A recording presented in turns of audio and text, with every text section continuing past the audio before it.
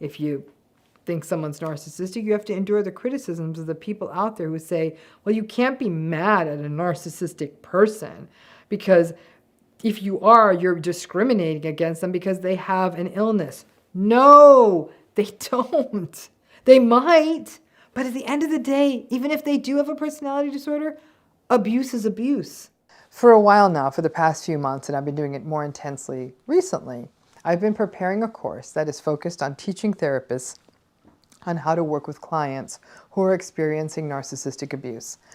It's been a major slog because I've been reading hundreds of articles on narcissism to help teach therapists how to teach clients about narcissism, right? There's really very little research, almost none done on what happens to the people in the narcissistic relationship, but there's tons and tons on the narcissistic people. Big surprise. And all of this research has taken me to some interesting and frankly dark spaces as I see people taking this conversation about how antagonistic personality styles such as narcissism show up in relationships, and the entire conversation turns more into sort of an intellectual debate. Now, a lot of the research and scholarly work out there is actually about how hard it is to be narcissistic. I kid you not. That narcissistic people are locked into an internal battle with their demons and shame, and because of that, they have to lash out at the world or wrap themselves up in a comforting blanket of grandiosity. After all, they've been through stuff, and they have been through stuff, and yeah, maybe their parents protected them too much or indulged them or ignored them, and now they resent that they can't do stuff themselves. It's not untrue. It's a terrible legacy to have a narcissistic personality. You have no ability to have a truly healthy relationship. You always feel like people are out to get you. Narcissistic people frequently envy other people and covet their lives. But I gotta say, in the same breath, it's not all bad. And the narcissistic folks take that arrogant and bombastic style of theirs and their variable empathy that goes up and down as it suits them, and that drive they have to be the best and the top and the one in power, and they end up making a lot more money than the rest of us, or they just betray us and take advantage of us in the workplace, or just take advantage of everyone, which they feel entitled to do. But yep, most of this literature is not about all that good stuff. It's mostly about how much the narcissistic people suffer, but not about how the people in the relationships with them do. And sometimes there's a sentence at the end of these articles that makes reference to how these relationships might take a toll on other people, or in clinical jargon, we'll say, cause social impairment. Gotta say, I think that misses something big here. The actual suffering of people in these relationships. And yeah, that's most of you. People want to understand. Anyone who's ever been through one of these relationships wants to understand how someone who claims to love them, who may be ostensibly successful, who sometimes turns it on and convinces us that, yes, this is okay, and then boom, just as you need them, or they're having a bad day, or your needs are not in alignment with theirs, it all falls apart, and this feels awful. But it's more than just you feeling awful. It's the breaking you down, the stealing your voice, stealing your sense of trust in yourself, your identity, your sense of perception and reality. Because of this treatment, you're anxious, you're on edge, you feel like you're not enough. This isn't just social impairment. This is often straight up devastation for people who have experienced narcissistic relationships. Again, after months steeped in this really scientific, technical, and clinical literature, I can see how the narcissistic people are the ones who are actually pulling for all of the clinical curiosity and care from people who are trying to devise better treatments for narcissism. But the group that is being left behind are the ones who are actually suffering in these relationships. When we turn this into an intellectual argument and talk about the structural dynamics and the way that the narcissistic personality works and what they are warding off and their shame and all the rest of it, we simply miss the real raw emotion of what is happening to people in these relationships. It's as though Oh, come on. Now that you understand how the narcissistic person works, don't be so bothered about it. It's like being mad at a mosquito, right? You know that the only reason the mosquito is biting you is because the little guy just needs some blood, so it sticks that pointy, bloody thing, blood-sucking thing into you and makes that whistly sound. It's not personal. It's just how that mosquito survives, right?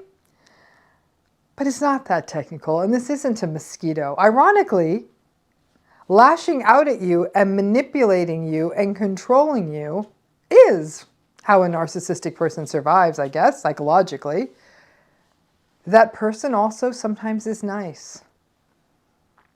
Narcissistic folks are part of our life histories, and ultimately, while you knowing the dynamics is important so you don't blame yourself, and can be told that just because the narcissistic person doesn't value you and the things that you are and care about doesn't mean that they aren't valuable. Remember that. Those things about you are, even if the research doesn't want to highlight what you're going through. The idea of the person who's harmed by the narcissistic relationship at best being an afterthought in these conversations enrages me. And after reading hundreds of pieces of research, it's true. There is no accountability of the harm that these relationships cause. It's as though the prevailing wisdom is to learn to live alongside them, like the mosquitoes. But the public health folks actually at least know that the mosquitoes are not good for us, and so they tell us to wear bug repellent or avoid being outside certain times of the day or make sure that there's no standing water. I guess the equivalent of that for narcissism is that we disengage and cultivate other sources of support. But we don't talk, at least not in the scientific and clinical literature, about how to teach clients how to protect themselves from these relationships. But turning this into a structural and mechanical conversation about narcissism misses the very real and lasting harm that these relationships have on people. But the folks who talk about the harm of narcissistic abuse are actually far outnumbered by the people who talk about the myriad tiny things that make up a narcissistic person.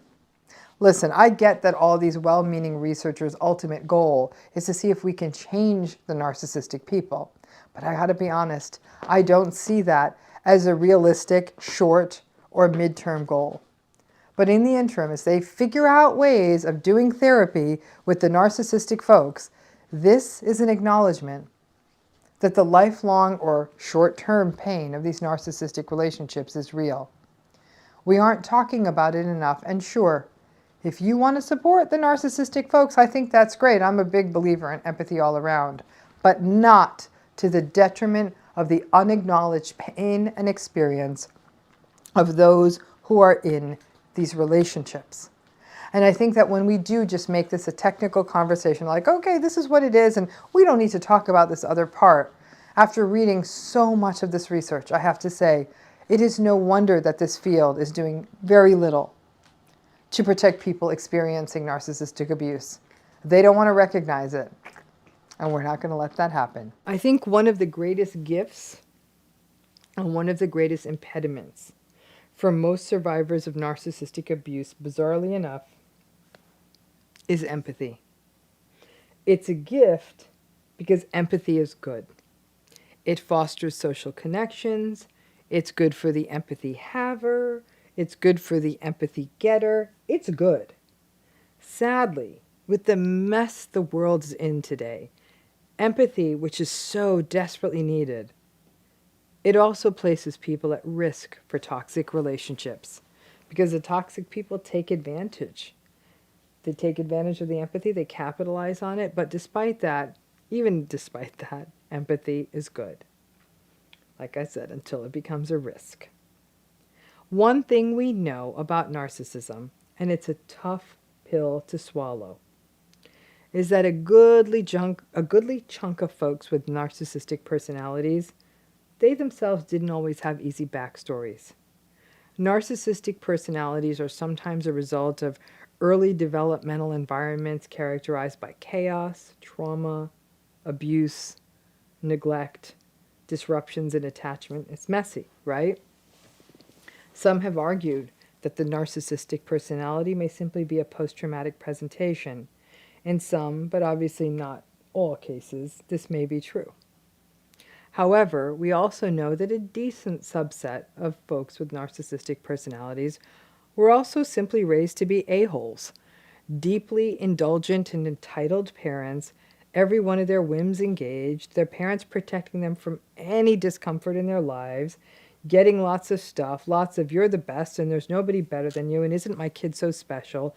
But even in those cases, because a lot of kids these days do grow up like this, it's usually the combination of the overindulged kid who still has parents who are only interested in them when it works for them or it's Instagrammable.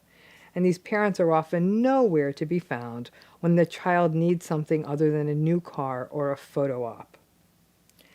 Every single narcissistic client I have worked with in therapy, and I've worked with quite a few in the years I've been doing this, had, I have to say, some form of problematic, crappy backstory. But the fact is, most of us do. And I empathize with it. I really did. But I also didn't feel, and I let them know this, that it didn't let them off the hook for their terrible behavior in present time. I'd hear things like, "I cheated on my wife, but that's because my dad cheated on my mom." Honestly, that stuff didn't fly in my therapy room. It may have helped us understand the why, but it doesn't erase the harm created by their behavior, the need for the accountability of their behavior, and the fact that justifying it doesn't help the person they harmed feel whole. So, for many survivors, a central part of the whole trauma-bonded carousel is justification. They don't mean it. Maybe it's me. They had lots of trauma. It's not their fault. And over time, the survivor keeps justifying and self-blaming and feeling smaller every day. That is the dance of narcissistic or antagonistic abuse. The fallout is anxiety, sadness, self-blame, shame, rumination, and confusion. You know the drill. However, a trend, and it kind of is a trend, people on social media justifying the bad public behavior of a celebrity, people shaming folks who use narcissism as a frame to understand chronic bad behavior, therapists suggesting that perhaps we need to have empathy for the other person's backstory, survivors who are just being empathic and simply wanting to understand the why. Is that in all that why seeking, survivors unwittingly become enablers. We hear things like, "they didn't mean it," "they need help." Yeah, they do, but they're never willing to get it. Or, "they had a tough backstory, they're stressed," on and on. Honestly, it is kind and compassionate to understand that person's behavior in that way. And it's also dangerous. Why do I say this? Because many people who do all of this empathy-laden justification run the risk of shaming the people who raise the narcissistic abuse they're going through. They'll say things like, "Oh, your mother is like that because this happened to her. Your fiance may be like that because that happened to him. I understand why your father is that way." And when people hear that, they feel silenced by that, as though they have no right to talk about the harm they're experiencing in the relationship. It's what I call toxic-splaining. It's a riff on mansplaining. It's all about the why and explaining narcissistic behavior, and let's hold space for them rather than letting the survivor share their own story and their own experience without being shamed and silenced. Listen, enabling is never okay. And frankly, I really can't. I can't drop a dime on the narcissistic people for the reason that the world is the hot, toxic mess that it is. We needed the enablers as well to keep giving them oxygen. I know that survivors never set out to be enablers, but in the midst of their pain, of not wanting to lose their compassion and empathy, there's a risk that they may fear that I'm going to fall into the abyss of becoming a cold, unempathic person. I'm going to lose my own empathy. So they try so hard to understand the why of the narcissistic folks and find compassion for them that they lose all compassion for themselves. And I get that. I really do get it, because I feel lots of compassion. Believe it or not, you won't believe me saying this. I do feel a lot of compassion for people who have narcissistic personalities. It's a terrible way to have to go through life, to always feel insecure and threatened and uneasy and victimized and uncomfortable, and to feel like nothing is enough. To be narcissistic is to always feel hungry. It's not good. And I feel a tremendous amount of pity for people who have these personalities, because they miss out on all of the truly good stuff in life. They seek it out in a sports car or a fancy house or sex or drugs or rock and roll. And then they miss the joy of a new flower in a garden, or having fun just doing errands with someone you love, or playing with a pet, or playing the same game of chutes and ladders over and over with kids in your life. It sucks to miss out on this. Every time in my life I've shared a simple joy with a narcissistic person, they either sneered or regarded me with contempt. And while my heart ached for them and all they were going to miss, I would typically cut bait. It ain't my job to be their happiness coach. And what sucks more is watching people have the life get sucked out of them, because they basically have the sense that they're not enough for the narcissistic person, and no amount of compassion, no amount of empathy that we show a narcissistic person will change that. So the question becomes, how do we maintain our empathy without becoming enably? We have to recognize that it's hard for them, but don't attempt to justify their behavior. We have to stop giving so many second chances. We must remember to never toxic-splain while a person is sharing their painful story of narcissistic abuse or a relationship. You can acknowledge their origins, but give yourself permission to set boundaries or disengage, regardless of how difficult someone's backstory was. You can recognize the challenges of their story, but not roll up or suggest that someone else roll up for their abuse. That's the key. Compassionately acknowledging their experience, and then keep on walking. Now, that's not the story that antagonistic, toxic, or narcissistic people like. They want you to acknowledge their pain, and they want to use that as a get-out-of-jail-free card to keep behaving badly. And everyone's saying, oh, they're going through something, attachment issues, tough backstory, enabling story, you know the drill. They don't need to be accountable, and that basically means that some people will forever have to take the role of being a psychological punching bag, because for some reason, we don't expect people with these personality styles to step up. Keep your empathy, please. The world desperately needs it. Understand their backstory. That's fine to do, because that's part of empathy. Give yourself and others permission to disengage from toxic situations, because that is empathy too. We are in a world that appears to be polarized into either woo-woo, can't we all get along, or emotional abuse. It's time all of us started charting a course for the middle.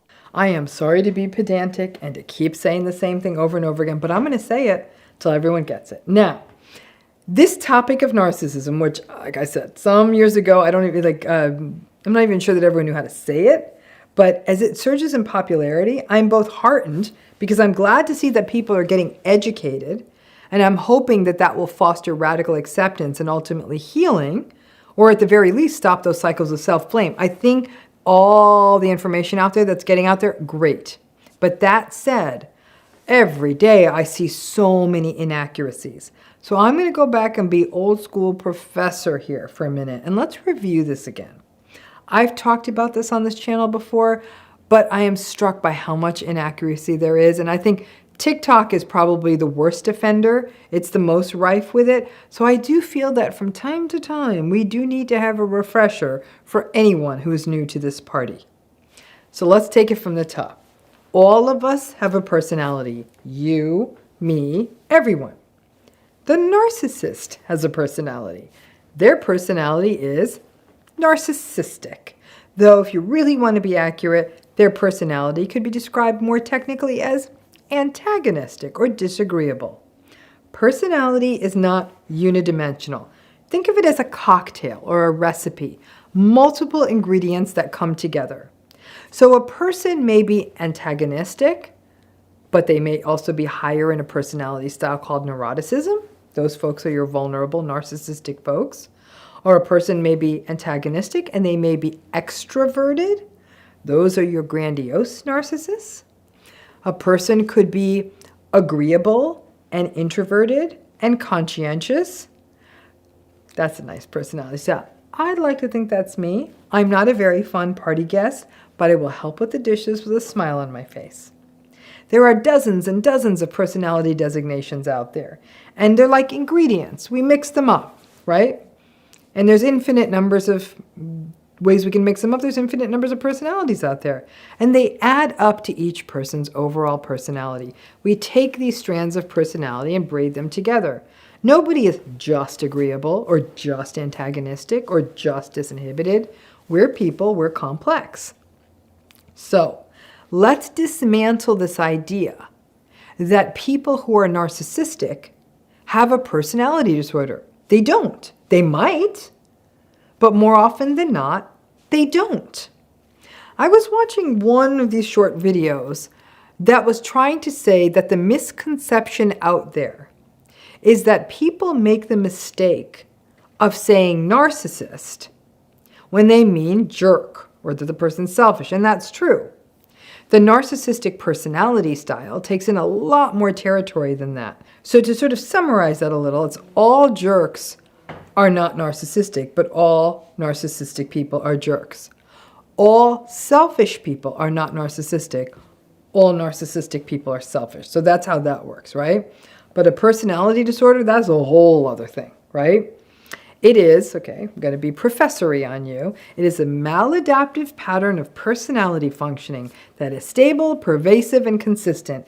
It appears across multiple contexts, and are you ready for it? It causes either subjective distress, fancy way of saying that the person acknowledges that their personality stuff is making them uncomfortable, they don't feel good, or they have this thing called social or occupational impairment, which means that the person is acknowledging or demonstrating that their life, work, or other responsibilities are suffering because of their personality style.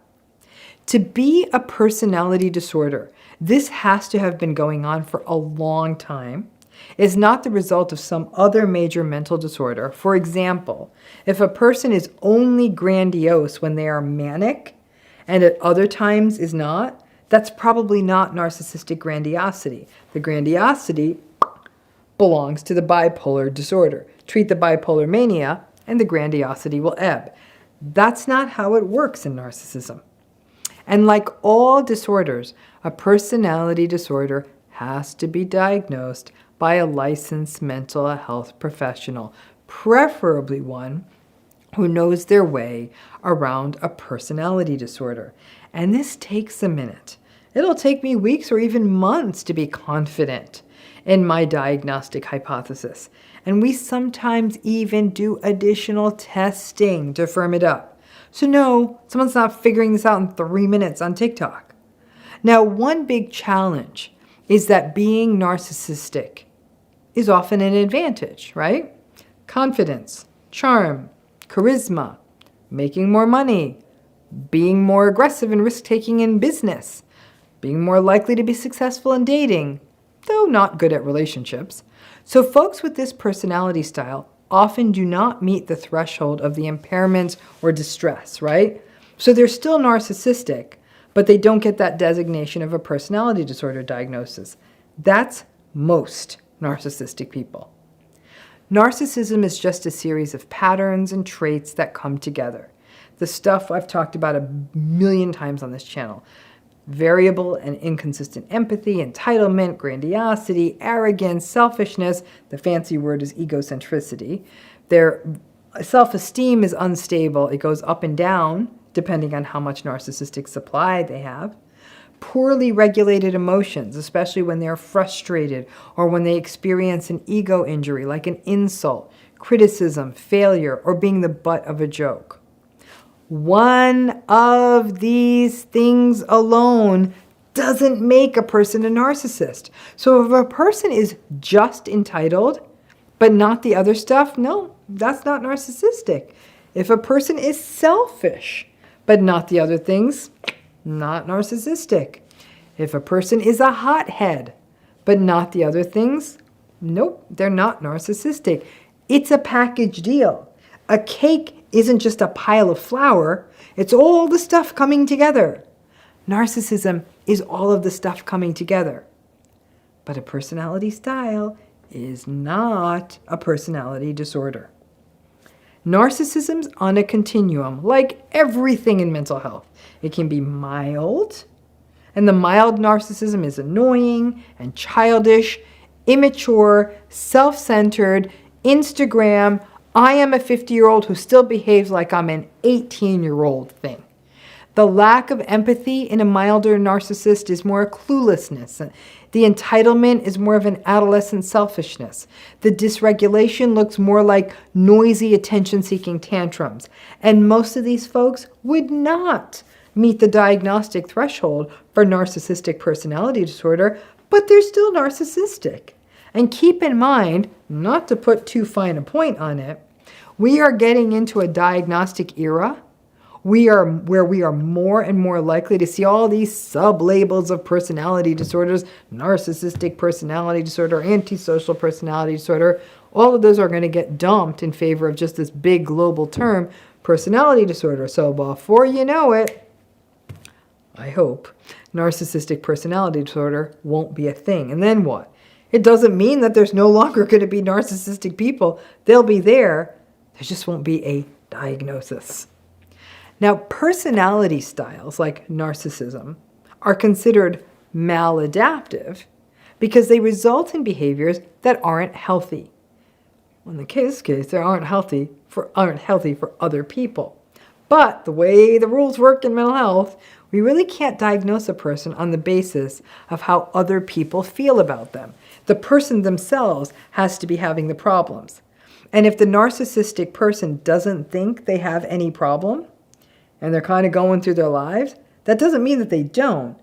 It may also mean that they're so good at blame shifting, projection, and denial that they don't see how they're contributing to a problem. Again, that doesn't mean that they aren't narcissistic. So you might be wondering, why is she hammering on? Why does this matter? Because if we determine or state or demand that the use of the term narcissistic means a person has a disorder, and most people who are narcissistic aren't diagnosed, the estimated rates of prevalence in the population sit somewhere between 1% and 6%, depending on whose study you're looking at. That means that people who are in relationships with narcissistic people, whether it's their parent, their sibling, their partner, spouse, boss, friend, may look at these TikTok videos and say, well, they've never been to a shrink, and I don't think they have this diagnosis, so maybe I'm wrong about them. Or maybe I have no right to be mad at someone who has an illness or a disorder. Or, if you think someone's narcissistic, you have to endure the criticisms of the people out there who say, well, you can't be mad at a narcissistic person because if you are, you're discriminating against them because they have an illness. No, they don't.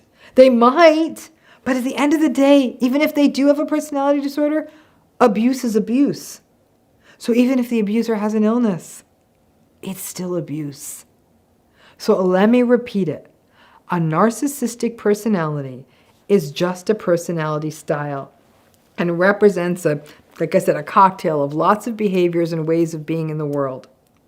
Just as agreeable people are warm and empathic and accommodating and humble, Disagreeable slash antagonistic slash narcissistic people may seem charming and even empathic initially, but over time, you will find that they are inconsistently nice, selfish, entitled, arrogant, all of it. It's just who they are. And narcissism is just one part of a personality. A narcissistic person can be extroverted or introverted or neurotic or conscientious or disinhibited or open to new things or closed off to new things. Narcissism is just one strand of many that form a person's personality. But narcissism is like the banana in the smoothie. It's the flavor that's always going to stick out. But if you're in one of these relationships and trying to figure out the confusion, a great place to start is to make sure you have your facts straight. Narcissism's a personality. It's not a disorder. And most people will never spend enough time in therapy or being evaluated to find out if their narcissism is a personality disorder. And remember, even if it doesn't, a person can still be narcissistic without a diagnosis. Can't make this point strongly enough. If you're going to watch the content, let the content be accurate.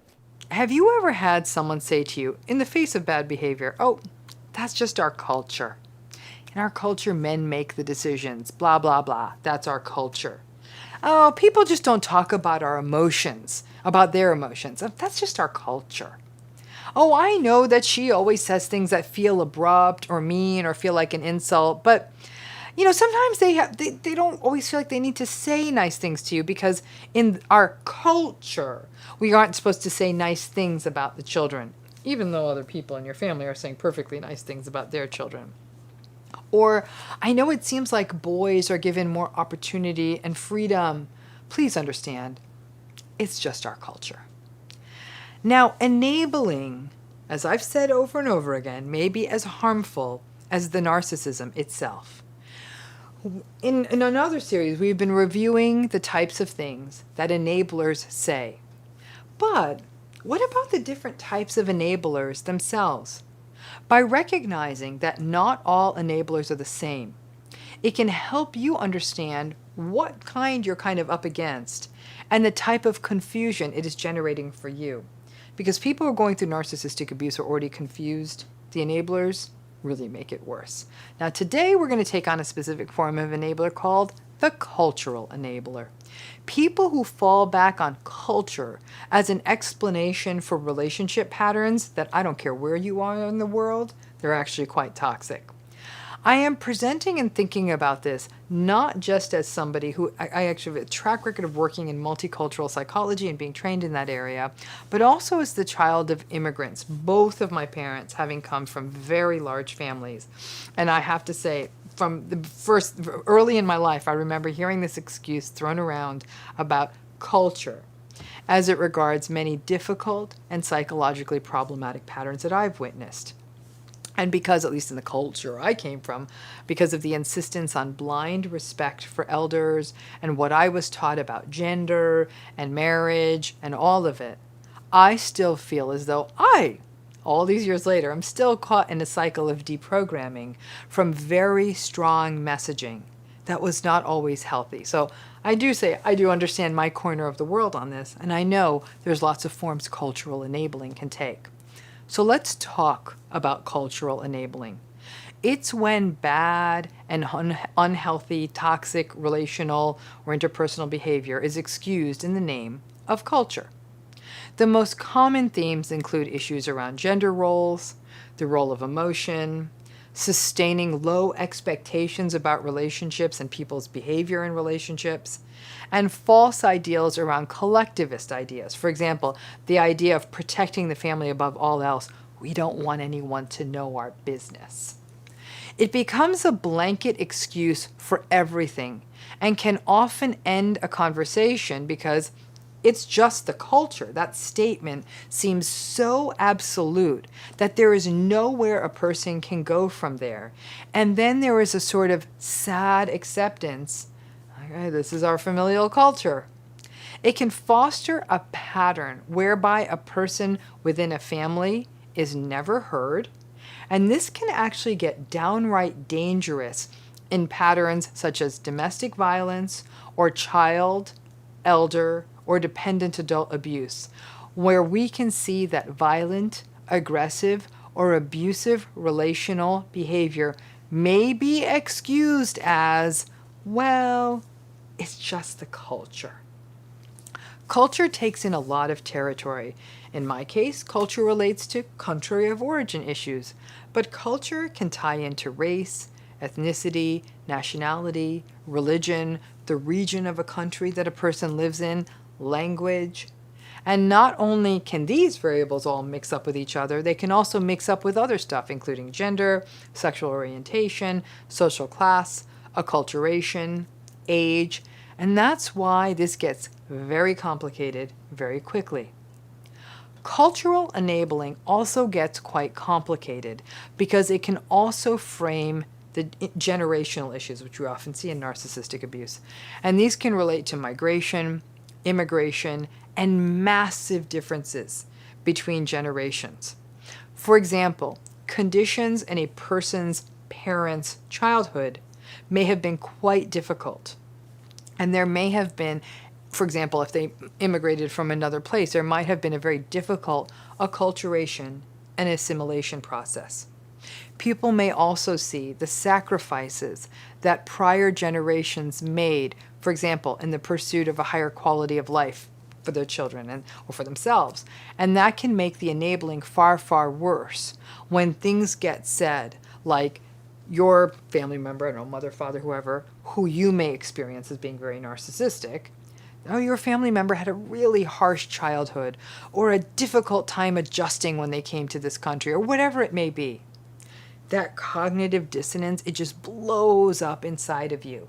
And you may find yourself justifying their behavior, and then the cycle continues and often continues to take a toll on you psychologically.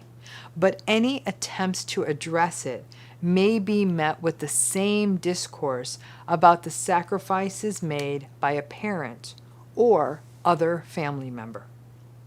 Now, cultural enabling can definitely foster cognitive dissonance, justification, self-gaslighting, and even leave you defending the toxic patterns in a family of origin to other people. It's just our culture. And the risk of that is that you may replicate these cycles with the next generation and adopt the child rearing and relational patterns you observed wholesale because they were so strongly and unquestioningly reinforced by your extended family and even the community in which you were raised. Now, cultural enabling can make setting boundaries, going no contact, or disengagement very difficult, especially if the entire family system or a broader system, for example, a religious community, closes ranks to shame, guilt, or excuse the bad behavior to keep you close to them, and can become really quite heavy-handed. For example, saying things like, well, I know your parents are very cold or angry or critical, but their parents and their parents' parents were the same way, and the expectations you have are very different from them. Please don't go away from them. Please don't distance yourself from them. You would break so many hearts, and you don't want to be the one to hurt them after their own long struggles. If you've ever heard anything like that, you know that most people would buckle under that kind of statement. And if it's a large family system that you're from, in which you do feel connected to some loving, healthy, supportive family members, going no contact or even setting boundaries may not feel like an option because you can't imagine losing the parts of that system you love, and it seems like it's an all or nothing proposition in these systems. We have seen generational leaps in the past century like no other, due to things like migration, economic shifts, technological shifts. And all of that comes against the backdrop of understanding more than obviously we ever did before about psychology, human development, parenting, and what a human being needs to become a fully functioning and actualized person. These huge generational gaps are really difficult to bridge, and some of the issues facing prior, earlier, older, generations, especially when it comes to more painful reckonings around race, trauma, migration, and discrimination, are very real, and yes, did result in shaming of the emotional worlds of the people who experienced all of those things. The big question becomes, how do you balance empathy against being a punching bag? How do you preserve your cultural awareness while not pawning yourself off in the name of prior generations' suffering, and then subsequently perpetuating these intergenerational patterns? Part of the answer to that question is about being aware and finding some kind of middle ground without losing yourself. It's also not your responsibility to be the singular psychological educator for an entire family or cultural system. We do know this, though. There are certain fundamental tenets of healthy relationships: empathy, compassion, respect, reciprocity, mutuality, being present with someone, being able to regulate ourselves, being self-aware, and treating people from a place of equity. And regardless of any of our backstories, we can get to that healthy place. For some, it's going to take way more work than for others. It can get confusing when a family uses culture as a way to protect a narcissistic abuser, this idea of, well, we're a family and we have to stick together, rather than validating the experience of a person in that system that is being hurt. If a family could even just acknowledge that these sorts of emotionally abusive narcissistic patterns are not okay, and that someone actually is hurt, even that would be such an important first step. Because that is what cultural enabling is about: turning away from and negating the experience of the person who is being hurt by the conduct of a narcissist or narcissists in a family system or a cultural system, and just putting it all off to culture rather than acknowledging the pain of another person. For many people who are narcissistically abused, they may even be able to reconcile that cultural issues could contribute to differences and maybe even behavior that is hurtful, can actually get their head around that. But the real wounds come when this kind of narcissistically abusive behavior is supported and signed off on by the system, and the person on the receiving end of that abuse is invalidated, doubted, or accused of being too sensitive, and being asked to deny their experience in the name of maintaining the cultural status quo. The old ways are not always the right ways. Evolution and growth mean that we have to be willing to dismantle these scripts and narratives, no matter how deep their roots go, if we are going to create a far more important legacy of healthier, more actualized future generations that feel that they can go and pursue their aspirations, their hopes, and really that all the sacrifice and pain of prior generations can actually finally heal.